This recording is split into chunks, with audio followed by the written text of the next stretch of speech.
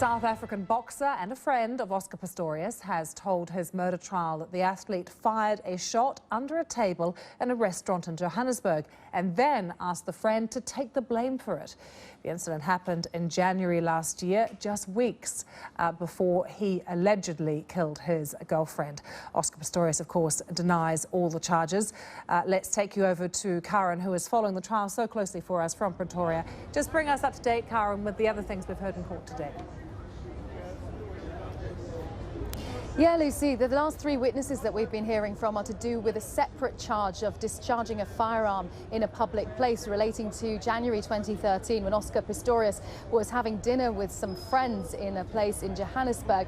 A gun went off under the table while Oscar Pistorius was handling his friend's firearm, and that was the reason for talking to those witnesses today, and they took the stand and were cross-examined as well. The prosecution trying to build a case that Oscar Pistorius is a reckless person, a person who can't be trusted around firearms, irresponsible person. And before that, the day began with witness number 3. Now, that was specifically relating to the night when Reeva Steenkamp was shot. And we heard another very, very intense cross-examination by defense counsel Barry Rue. But with me is Marius Toit, a lawyer, a criminal lawyer here in South Africa, in Johannesburg.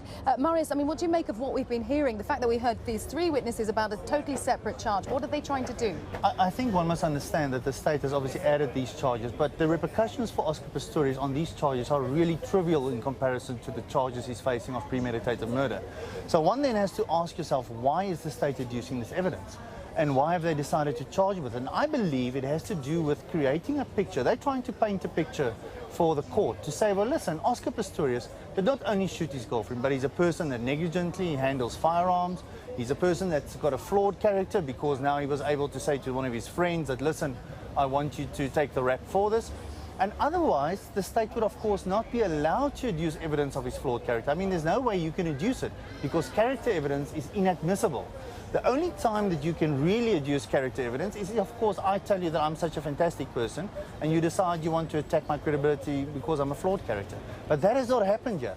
But the state knew that by adducing evidence of the fact that Oscar Pistorius discharged a firearm, they are now able to say, well, listen, he tried to compromise one of his friends as well. Very briefly, in 20 seconds, how do you think the third witness, Charles Johnson, held up under cross-examination? Well, I think it's still early days, Coroner. I think one must understand that he will most probably come back to the stand tomorrow. He was asked to go and get his iPad and look for his cryptic notes because, remember, he mentioned that everything was on the iPad.